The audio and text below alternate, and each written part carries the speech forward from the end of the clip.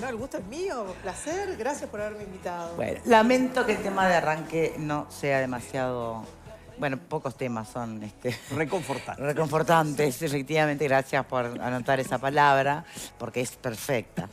Y de hecho dista mucho de ese concepto la noticia con la que vamos a estar arrancando hoy. No es la primera vez que damos una noticia de esta naturaleza, lamentablemente. Fallecidos bajo la tutela del Estado. Fallecidos en el ex Comcar por un incendio.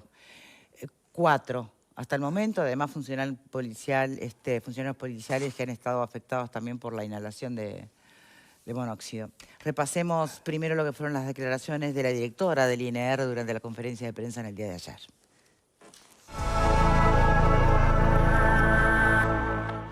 El incidente fue en el módulo 11 de la unidad 4B del complejo número 4 Santiago Vázquez, en el sector A2. Fue protagonizado por 2 grupos de personas que rompieron los candados y salieron a enfrentarse con cortes carcelarios.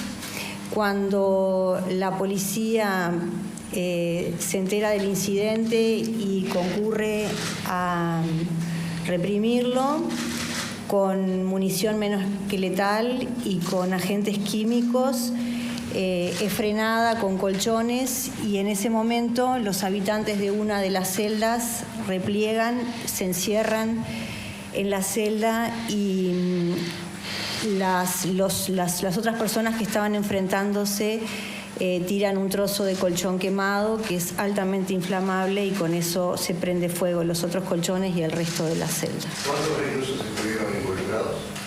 Son 4 de las personas que resultaron muertas y luego hay 9 personas que están involucradas, 8 habitantes de la celda contigua y la persona que actuaba como faginero del módulo.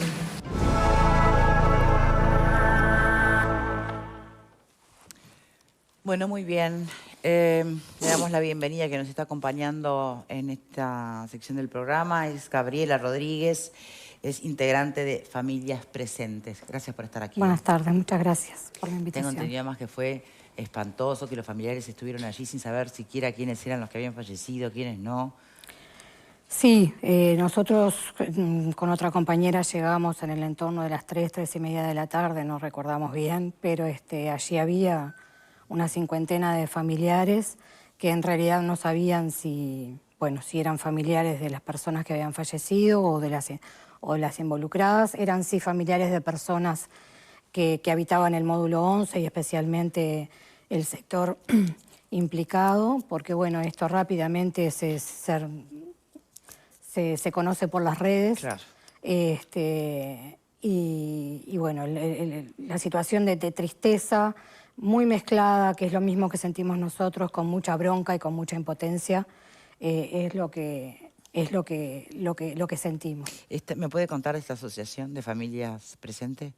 Ya ha venido usted aquí, Sí, pero para que sí, todos ya en hemos casa estado. estén más Bueno, nosotros nos interiorizados. conformamos en el 2022, fundamos la Asociación Civil, somos Familias Presentes, estamos integrados por familiares de personas privadas de libertad en Uruguay y de alguna manera nuestra tarea cotidiana tiene que ver como con 2 grandes aspectos. Uno es el apoyo, el asesoramiento, la información que esté a nuestro alcance a familiares, porque una de las cosas que sucede en nuestro país es que no hay información accesible para las personas que pasamos por esta situación. O sea, ninguno de nosotros estamos preparados para que de un momento a otro tengamos un familiar privado de libertad. Por lo tanto, no sabemos a dónde tenemos que ir, qué cosas tenemos que hacer y esa información no está accesible.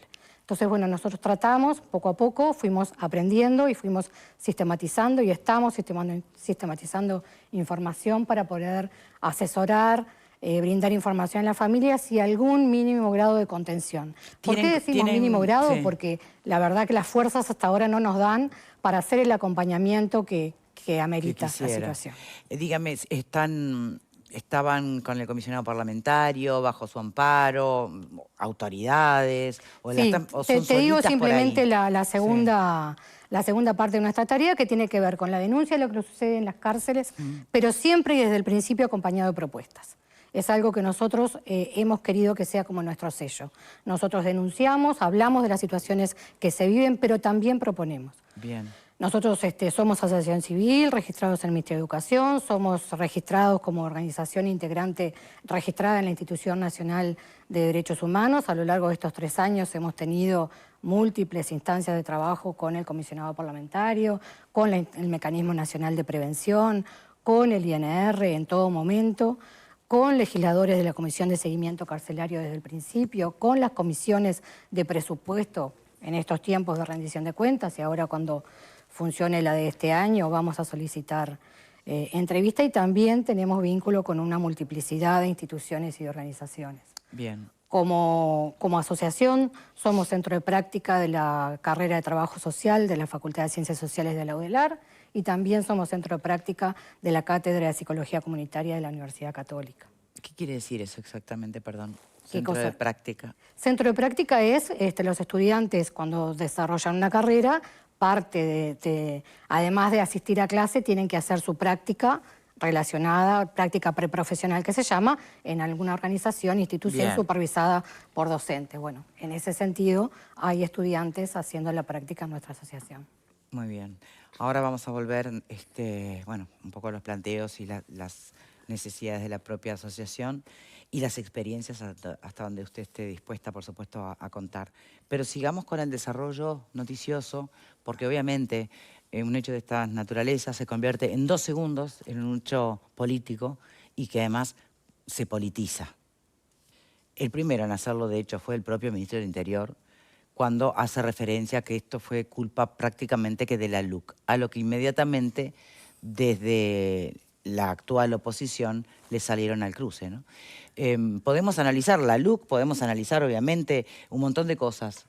Lo que también me parece que hay que analizar es si un ministro tiene que salir en ese tono en el momento posterior a la tragedia, ¿no? Repasemos, por favor, las declaraciones de, bueno, el propio Delgado, Da Silva, Ojeda. Repasemos. Los comentarios del ministro del Interior, Carlos Negro, generaron cuestionamientos en la oposición por vincular las 4 muertes del CONCAR a la aprobación de la ley de urgente consideración. Dirigentes blancos y colorados recordaron que, antes de que estuviera vigente la LUC, hubo episodios similares. Utilizar una tragedia como esta para echarle la culpa a la LUC y tratar de aprovecharla políticamente me parece insensible, me parece absolutamente irresponsable e improcedente. Yo creo que el ministro que tiene que hacer cargo. Esto pasa en este gobierno, hay que ver los procedimientos, y pasó con la LUC vigente y antes de la LUC vigente en los gobiernos anteriores. Delgado opinó que el gobierno tiene que incluir recursos para las cárceles en la ley de presupuesto. Dirigentes blancos aseguraron que lo que busca Negro es justificar la propuesta de desprisionalizar que estaba presente en el programa del Frente Amplio. ¿Qué es esto? ¿Es una excusa para qué? ¿Para empezar a largar preso? No. Nosotros lo que queremos es que el gobierno se haga cargo. El senador colorado Andrés Ojeda cuestionó que el ministro Negro no haya presentado un plan hacia adelante para que no se den estas tragedias. Con sorpresa y cierta decepción. Echarle la culpa a la LUC es enormemente reduccionista, ¿no? Yo ponía hoy el ejemplo de, en el año 2012 murieron 10 personas quemadas en la cárcel de Rocha y no había LUC.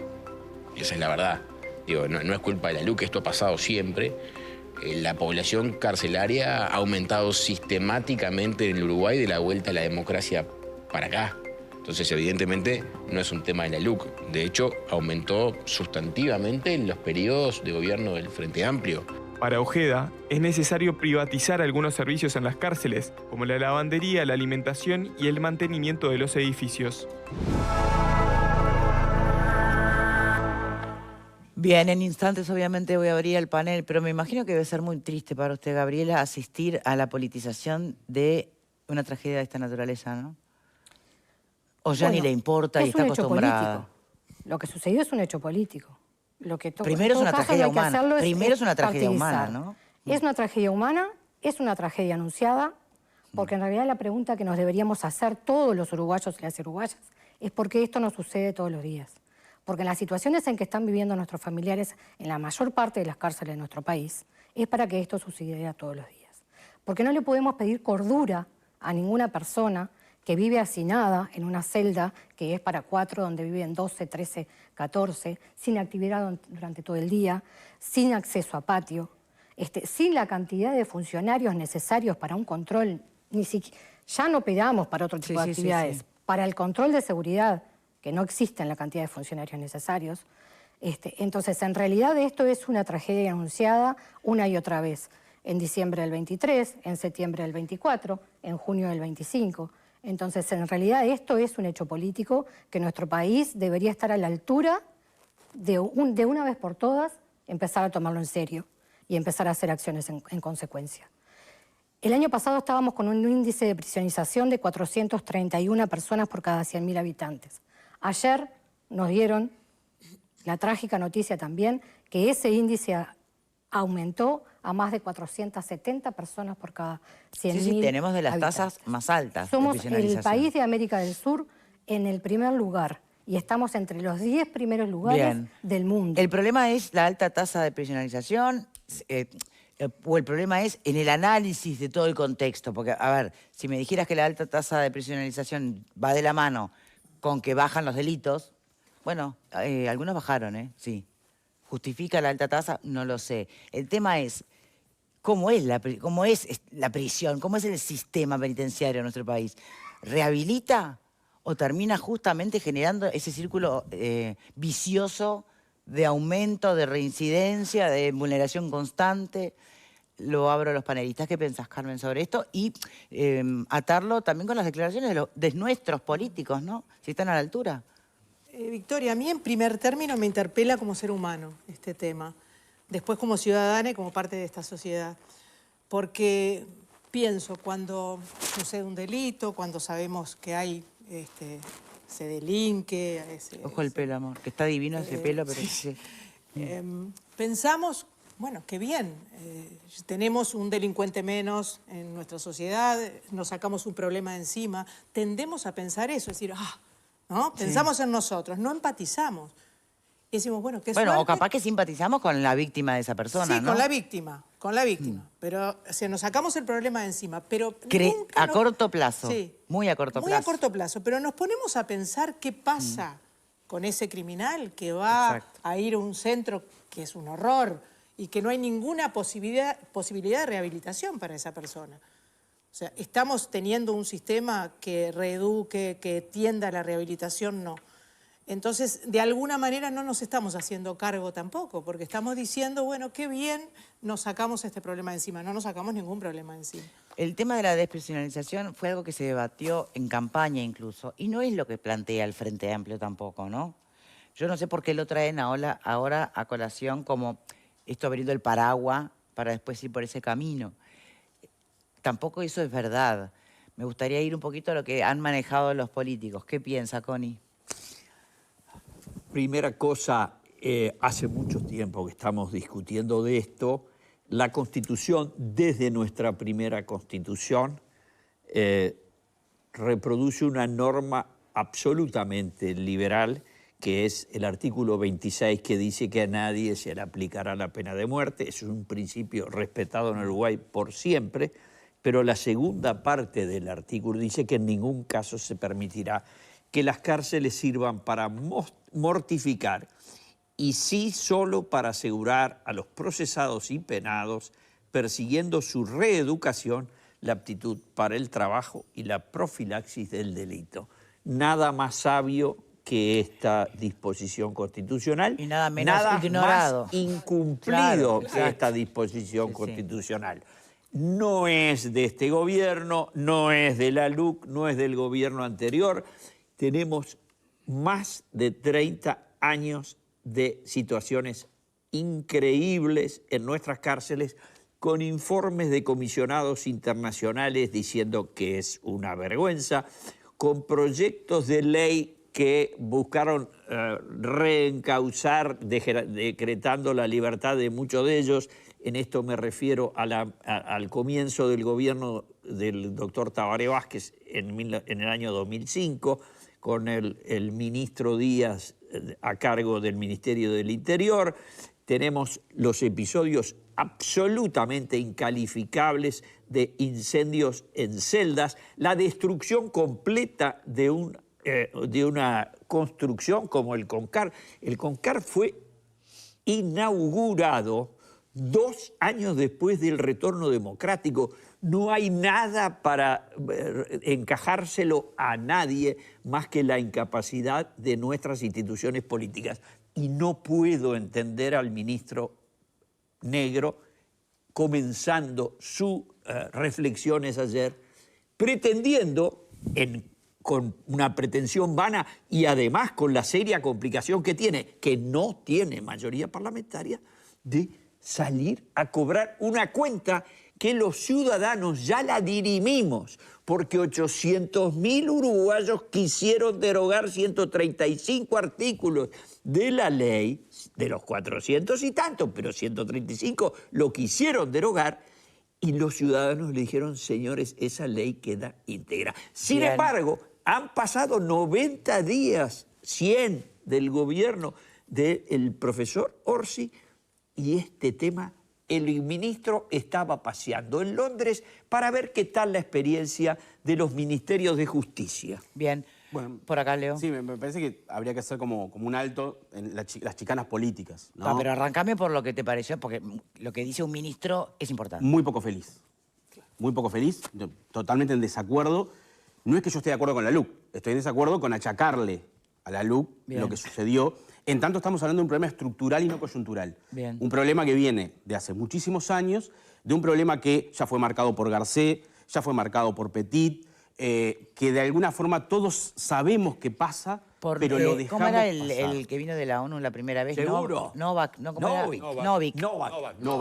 Lo dije bien la primera vez. Entonces estamos hablando de que el sistema penitenciario, que en realidad no tiene como función rehabilitar, más allá de ese intento, lo que dice la Constitución, no tiene la función. O sea, una persona puede pasar los 20 años que le tocan sin rehabilitarse y sale. ¿Se entiende a lo que voy? No, conseguir la rehabilitación. El propósito tiene que estar porque lo dice la Constitución. Pero no está exprofeso en el sistema penitenciario. O sea, vos puedes pasar los 20 ni años... exprofeso ni nada. ¿Cómo no? Pero además hace 200 años que tenemos este principio. Pero no estoy hablando de un de la querer, Constitución, sino sí, de cómo se da el sistema. El sistema no las rehabilita. cosas ¿son o quieren ser? Pero el sistema no rehabilita. Tenemos un sistema penitenciario del siglo XIX, claro. Es el un fracaso. sistema penitenciario del siglo XIX en el siglo XXI. ¿tá? Entonces, obviamente, llenamos las cárceles. Este número es impresionante, de 400 y pico, nos acerca a países que verdaderamente no nos sentíamos tan cerca. Porque el que está primero es El Salvador, lejos, ¿no? 1200. No, nos acerca no. Estamos en el primer lugar. En Sudamérica. Estamos arriba del Salvador en índice de prisionerización, con lo grave que es la situación de las cárceles del Salvador. Pero El Salvador tiene como 1.200 cada 100.000 habitantes. Eso lo leí antes de venir. Capaz que leí una fuente que no era...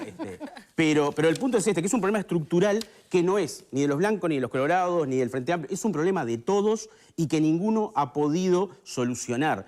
Por lo tanto, me parece que, claro, es momento de generar una política de Estado, como se ha podido generar en otras cosas. Bueno, generar una política de Estado. Lo que pasa es que, claro, la gente, cuando le decís de gastar plata en las cárceles, ahí se genera un silencio. Y ahí está el problema. Y ahí está el punto donde nos interpela a cada integrante de esta sociedad. Porque a los que siempre decimos a los políticos no les importa. Y a nosotros tampoco, porque si nos importara, exigiríamos que haya presupuesto para el sistema carcelario. ¿Alguien más? Y después volvemos a nuestra invitada. Sí. Primero que nada, obviamente, lamentar esta tragedia que ocurrió ayer, que como bien han dicho acá, es algo que se reitera en el tiempo. Pasó el año pasado, en años anteriores, en periodos anteriores de gobierno, cuando gobernaba el Frente Amplio. El Frente estuvo 15 años en el gobierno, con mayorías parlamentarias, con bonanza económica, y no pudo resolver esta situación de un sistema carcelario colapsado y que ha fracasado, ¿no? Y queda de manifiesto en cada situación que sucede, que luego salimos a lamentar todos. Lo dijo Petit. Petit dijo que estamos durmiendo encima de una bomba atómica, ¿no? Una bomba atómica que en realidad representa violencia, desidia. Acá el Estado está incumpliendo y estamos haciendo que estas personas que están presas por diferentes razones vivan en situaciones incompatibles con los derechos humanos. Y es muy grave esto que está pasando. Y lo más grave aún, no solamente son las declaraciones del ministro, pero lo que preocupa en sí es que el ministro, en lugar de hacer un comentario para acercar al sistema político, para generar un diálogo profundo, que es lo que se necesita de todo el sistema político, que son, en definitiva, quienes van a buscar los consensos, los acuerdos y la plata para generar los cambios que se necesitan en el sistema carcelario, lejos de eso, hizo esa chicana política que no fue feliz y no está acorde al lugar en donde él está hoy. En el periodo pasado, nuestro gobierno generó una instancia de diálogo al cual se invitó a la entonces oposición, que era el Frente Amplio, y ellos dijeron que no. Cuando el gobierno de la calle Pou se sentó a una mesa a dialogar con todo el sistema político para generar políticas que sirvan para derribar las fallas estructurales que tiene el sistema carcelario, el Frente Amplio dijo que no estuvo en esa mesa. Entonces digo, creo que la autocrítica del ministro tiene que venir más por ese lado y creo que el mensaje debió ser más de unidad y más de generar ese diálogo que se necesita para profundizar en los cambios que requieren de acciones políticas necesarias y profundas para realmente modificar un tema que nos interpela a todos como sociedad y como sistema político, ni que hablar. Y esto claramente es un debate reiterado, histórico, pero hay que tomar el toro por las guampas, como se dice, y buscar inmediatamente una solución, que obviamente que requiere de apoyo económico, que se va a dar en el presupuesto, hay que ver en el Parlamento ahora cuando se empiece a discutir el presupuesto, pero de un diálogo profundo de todos los involucrados que realmente amerita este tema, ¿no?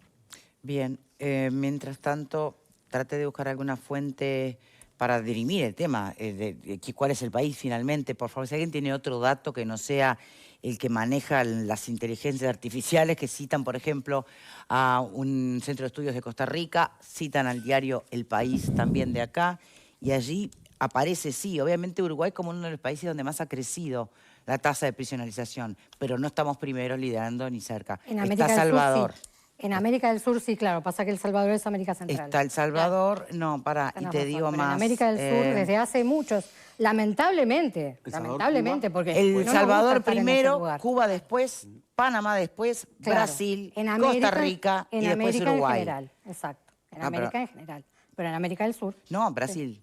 Bueno. Panamá. Panamá no es América del Sur. Centro. Claro. Por eso digo. Digo, no es para ver quién tiene más razón en esto. Digo, a ver, tampoco hacernos, agregarnos más silicio, ¿no? Por lo menos manejemos los números lo más parecido a la realidad posible. Si alguien tiene otra fuente, por favor, que la A mí me parece traslade. Igualmente estamos en el horno todos, ¿no? Convengamos. Importante plantear que a esta altura han gobernado todos los partidos en nuestro país, desde el 85 a la fecha. Desde el año 85 a la fecha viene subiendo paulatinamente la punitividad en nuestro país.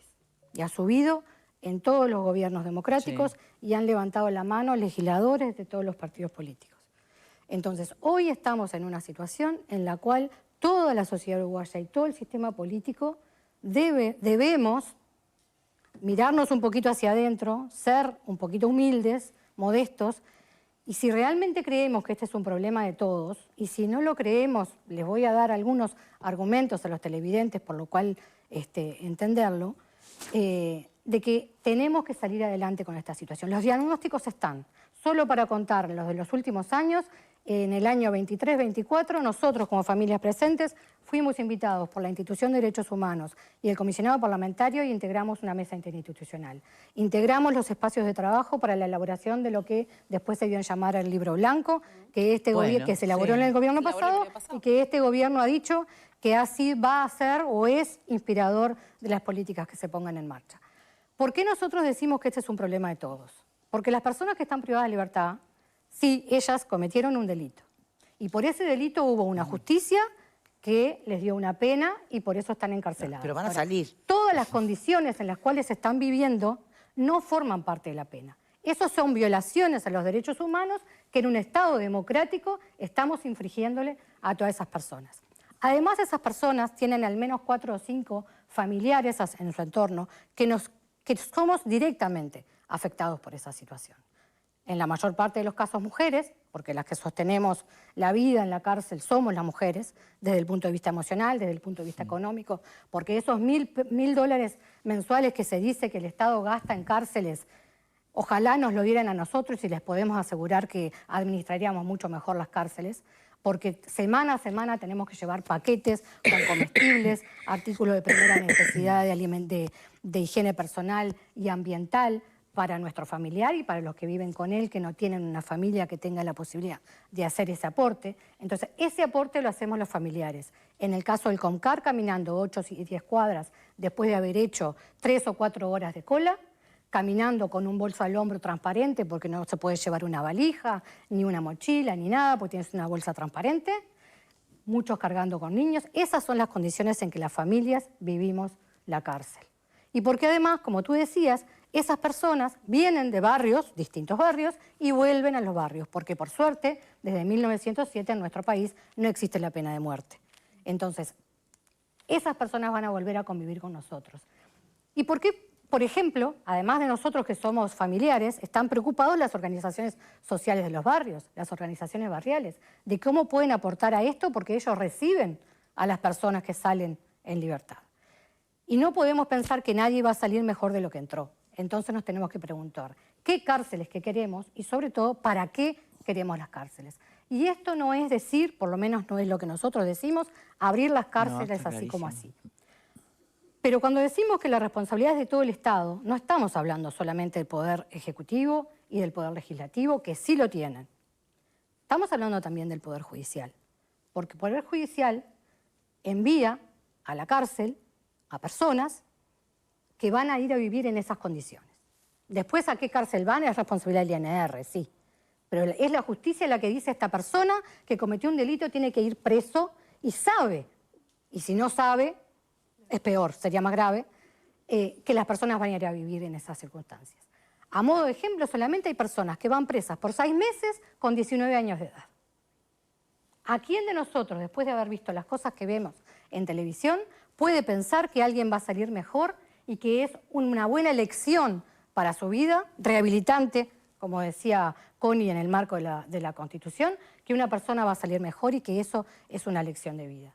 Entonces, acá tenemos todos que ponernos a trabajar sobre los diagnósticos e hiperdiagnósticos que ya existen. Las medidas alternativas a la privación de libertad es algo que tantas veces se pone sobre la mesa y que sería, bueno, una alternativa probable, ¿no?, para dejar de seguir subiendo la tasa de encarcelamiento, para poder tener además una medida diferente, ¿no?, al chiquilín de 19 que, no sé, se robó una bici, a otras cosas mayores. El tema es la falta de presupuesto capaz de implementar un verdadero sistema de pena alternativa que dé seguridad para todos. Entonces, ¿terminamos siempre en la parte presupuestal? ¿O hay de fondo una cuestión ideológica distinta? Pero yo vuelvo a preguntar. ¿Ha sido constante el aumento de privados de libertad? ¿Ha sido constante el aumento de las penas en todos los gobiernos de todos los pelos?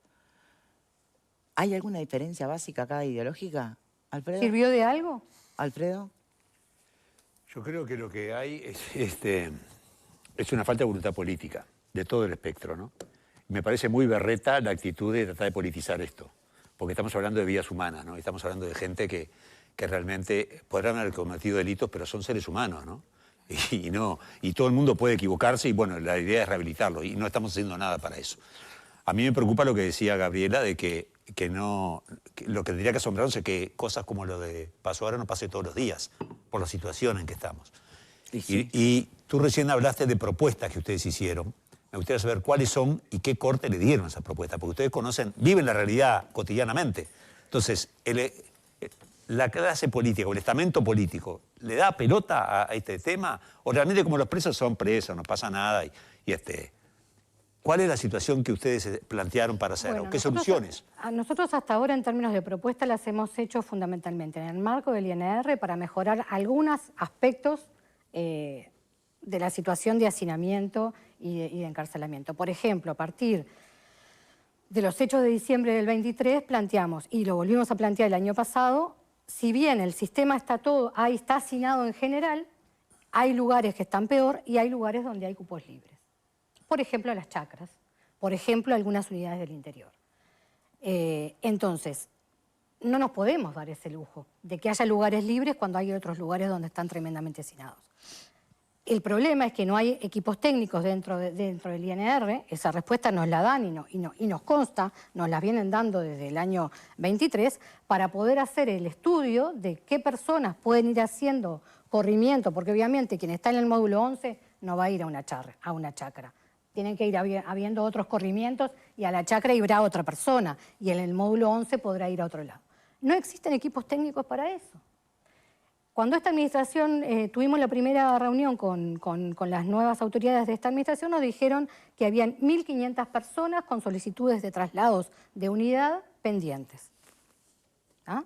Y no había equipos técnicos para poder hacer ese análisis para el traslado de las personas. Entonces, en ese marco, por ejemplo, hicimos propuestas. Hemos hecho propuestas vinculadas a la mejora de las visitas. Las visitas son espacios absolutamente inhóspitos para todos, ni que hablar para la persona privada de libertad, pero ni que hablar para los niños, niñas y personas que transitamos esos espacios, en especial en el caso del COMCAR. Pero cuando estamos hablando de eso, estamos hablando que son espacios que no tienen mesas, que no tienen sillas, que si llueve es un charco, que no se puede ir al baño porque no hay luz, no hay agua, no hay nada, que no hay vidrios, que hace un frío tremendo en invierno.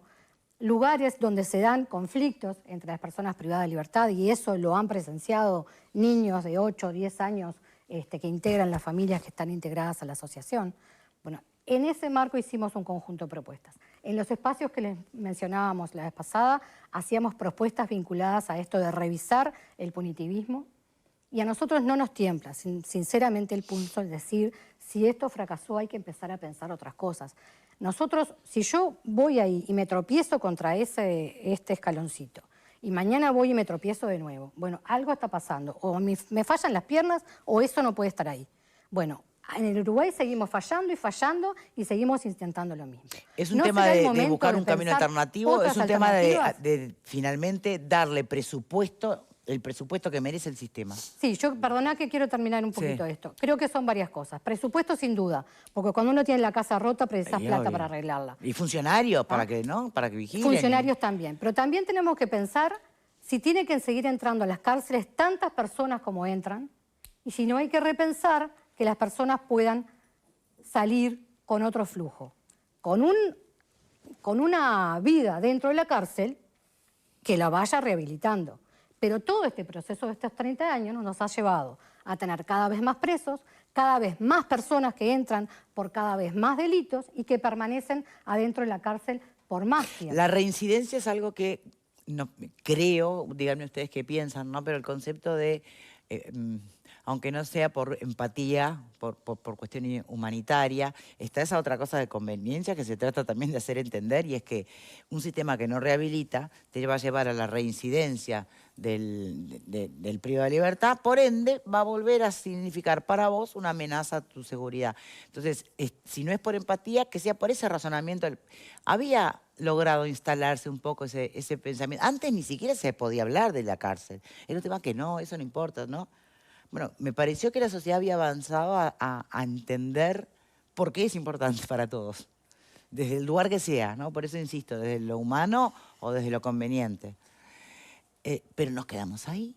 ¿Cuántos años más necesitan pasar para que eso haga carne y se le exija a nuestros políticos la voluntad y la acción concreta dirigida en las políticas carcelarias? Yo creo que hay varias cosas, he ido haciendo apuntes de todos los temas que se han manejado. De las declaraciones del ministro, la verdad no tengo ganas de opinar, porque me parece el camino totalmente contrario al que venimos transitando muchas personas en muchos partidos políticos que trabajamos este tema hace muchos años con mucha seriedad y que nos importa lo que pasa y lo que viene pasando.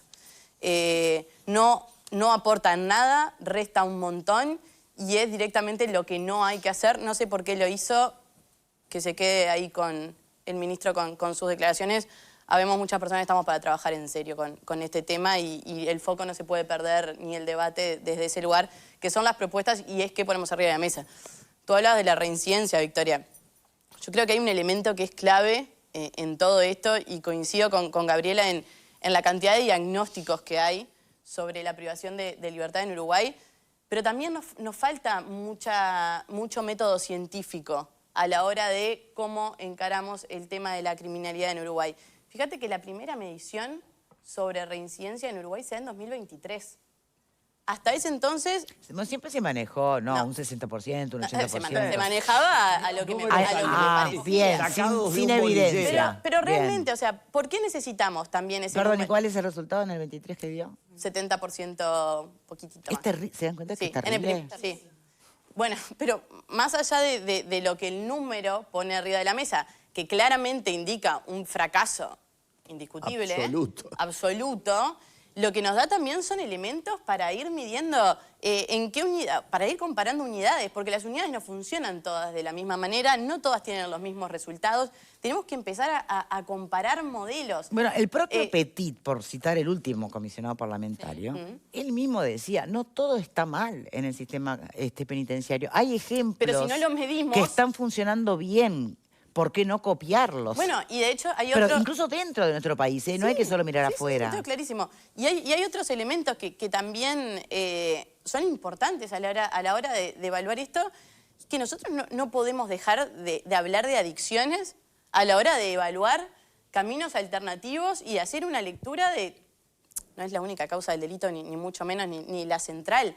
Pero nosotros no podemos... Ahora en la gestión anterior se empezó a llevar adelante un programa piloto que justamente intentaba evaluar esto, aplicar políticas públicas específicamente vinculadas o direccionadas a tema de adicciones y ver qué resultado genera. Cuando se habla, yo coincido totalmente con la responsabilidad también que tiene el Poder Judicial, que muchas veces no lo ponemos arriba de la mesa cuando se habla de estos temas, pero cuando hablamos de Poder Ejecutivo también solo pensamos en el Ministerio del Interior. El Ministerio de Desarrollo Social tiene que seguir entrando a las cárceles como empezó a entrar a las cárceles en el periodo anterior, profundizar Hablamos de salud mental. Hoy salud mental, que es un tema que está arriba de la mesa, pero parece que salud mental adentro de las cárceles no hay que hablarlo, no es un tema que importe, no es un tema que termina siendo la diferencia. Gabriela decía cómo esto no nos pasa todos los días en las condiciones en las que están. Bueno, porque justamente conocemos la limitación que tiene ACE a la hora de contar con equipos adentro de las unidades, de poder entrar a las unidades, de poder ejercer adentro de las unidades. No son solo los operadores penitenciarios los que nos faltan servicios del Estado que realmente lo que nosotros tenemos que empezar a hacer es que la cárcel cada vez sea menos cárcel, que la cárcel sea un espacio en el cual puedan entrar los servicios del Estado, puedan entrar las organizaciones sociales, puedan entrar los otros ministerios. Lo que yo creo que está muy mal y es parte del gran problema es que la privación en Uruguay, la privación de libertad en Uruguay siempre se vio como que la persona era eso. Si fuiste privado de libertad, solo se ve ese pedazo de tu vida. Vos podés tener 40 años y esto, si nosotros no lo trabajamos como una etapa más de la vida y no vemos qué pasó antes y no trabajamos en qué va a pasar después, la persona no son 2 años de su vida. María Eugenia. La persona es todo su recorrido. Bien, María Eugenia. Sí, a ver, obviamente que coincido con lo que dice Fernanda. Acá lo que hace falta es un plan, claramente, ¿no? Lo que debió de informar el ministro ayer fue, bueno, ese plan que tiene el gobierno que asumió hace unos pocos meses y que todavía no lo ha informado. Y esto obviamente que obliga, empuja a que las autoridades de una vez por todas se pongan al hombro esta situación y lo encaren con la responsabilidad que el tema merita, ¿no? Y vuelvo a insistir, cuando nosotros fuimos gobierno se los invitó a esa mesa interpartidaria para generar ese diálogo social y dijeron que no. Bueno, ahora nosotros estamos esperando que nos convoquen a esa mesa de diálogo para poder aportar, porque a nosotros nos interesa el tema y sí, se hizo mucho en el periodo pasado. ¿Alcanzó? Obviamente que no. Pero lo cierto es que bueno, es un tema que nos moviliza a todos y que evidentemente es un tema que tiene que estar en el presupuesto sin lugar a dudas, como no sé si es el primer tema o... Pero recordemos que cuando se habla de algo que esté en el presupuesto, siempre es lo mismo. Sabana corta, de algún lado hay que sacar. Sí. O sea, no es eso, no es una falacia decir o educación o cárceles, porque puede pasar que haya que decidir medir los presupuestos, ¿viste? No me digas educación o cárceles, fíjate, no sé, cuál es el correo, yo qué sé, o es un interés particular del país, no, perfecto, pero quienes te quieren llevar al extremo te la plantean siempre así. Claro, porque es mucho más fácil. Pero lo cierto es que de algún lado va a haber que sacar, porque no va a alcanzar con seamos más eficientes en el gasto público. Pero es que en algún momento hay que sacar de algún lado para poder ponerle ahí. No, yo creo que no es una cuestión de una cosa u otra, porque en realidad el tema de las cárceles es la punta del iceberg del tema de la criminalidad, de la inseguridad, y eso debería tratarse de una manera mucho más compleja, holística, desde todos los lugares, no sé. Bueno, pienso, voy a es llover sobre mojado. Pienso público en Medellín. cautivo para salud pública, para adicciones. Y no se trabaja Por eso pienso para en salud Medellín, mental. ¿no? Cuando pensamos la pobreza en el país, tenemos que pensar en las cárceles. Cuando se declara la emergencia de la infancia en pobreza, bueno, parte de la infancia en pobreza son los hijos, niños, niñas y adolescentes que tienen sus madres y sus padres presos o que van a nacer, porque quienes están adentro son mayoritariamente hombres y mujeres jóvenes en edad reproductiva, que si no son padres y madres ahora lo van a hacer dentro de unos años. Por eso son dos temas, Son problemas de base y no son antagónicos. Claro, son dos temas que están unidos. Tenemos que pensarlos como parte de un mismo... Por un lado, respetar los derechos humanos en las cárceles, que eso, digamos, necesita presupuesto sin duda. Y por otro lado, es tratar que no entre más nadie a la cárcel. Prevención del delito. Claro, exacto. Y eso tiene que ver con un tema también social, tiene que ver con el MIDES, por eso decía lo de Medellín, ¿se acuerdan? Los parques biblioteca, cómo Medellín bajó la criminalidad en los años 80. Se había, en algún gobierno del Frente Amplio, yo recuerdo que se evocó el concepto de Medellín. Sí, el parque biblioteca, las escuelas de primera línea que pagan mucho más dentro de los contextos críticos. Son un montón de cosas que obviamente son políticas, tiene que ser de Estado. De hecho, los parques biblioteca y todo eso lo hizo un partido y luego perdió ese partido. Y vino otro partido y lo siguió. Mira. No de la alcaldía. Eso es interesante, es bien interesante eso. Porque además perdió, porque había gastado muchísimo dinero. Claro, se la cobraron y después se $1 millón entendieron. cada parque de biblioteca. Mira. Nosotros muchas Imagínate veces acá plantear decimos eso, ¿no? que si la sociedad entrara más, nosotros hablamos de que tenemos que hacer porosos los muros de la cárcel. Si la sociedad entrara más a la cárcel, podríamos entender mucho más que ese problema es de todos. Y ni que hablar que quienes están dentro de la cárcel puedan salir más, por ejemplo, en lo que se llaman las salidas transitorias, porque eso hace al vínculo con la sociedad y hace irse progresivamente adaptando a vivir nuevamente en el, en el medio. Y esto nos permitiría... Que no es poroso para que se bajar los escape, no lo entendamos mal. Que tenemos como sociedad. Lo desconocido te da Carmen. miedo. Yo decía al principio, estamos como sociedad sumamente lejos del problema. Entonces, a mí me aparece una visión pesimista, y soy una mujer positiva, pero pesimista porque estamos hablando que es un tema que tiene un montón de aristas y no hay un plan. Y aparte, como sociedad estamos ajenos, no entendemos, nos parece que no pasa acá y todo esto es parte de nosotros. Entonces, creo que integrar a la sociedad es básico. Hoy, por ejemplo, poniendo este tema sobre la mesa, estamos dando información y de alguna manera estamos acercando a la gente al problema, ¿no? Sí, no es por desalentarte, lo hemos hecho tantas veces nosotros, todos los medios en general, porque además, ¿sabes qué? Siempre hay una mala noticia que se vuelve titular. Pero de todas maneras me parece que vale hacerlo. ¿Hay expectativas en este nuevo gobierno?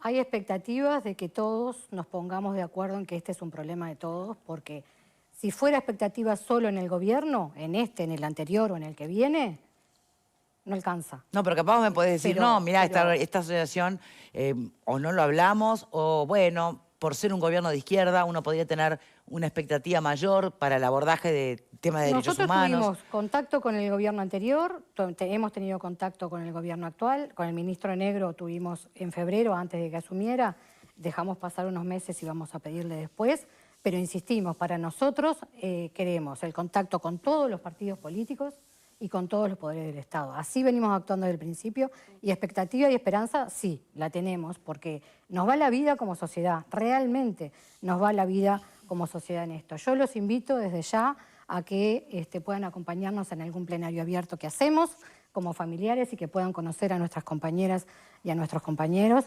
Y no quiero, no sé si ya estamos terminando el programa, pero yo no quiero dejar de saludar a la familia de las 4 personas que fallecieron ayer, y que se acerquen a nuestra asociación. Nosotros no tenemos... No integraban la asociación. No integraban la asociación, que estamos a disposición para apoyar, para contener, para lo que sea necesario y posible desde nuestro lugar. Estamos hablando de una persona de 23 años, 24, 37 y 47. O sea, todos estamos hablando de personas jóvenes. Entonces, y que basta, que no queremos más esto. Pero esto va a empezar a dejar de suceder cuando entre todos empecemos a comprometernos con acciones concretas y sistémicas.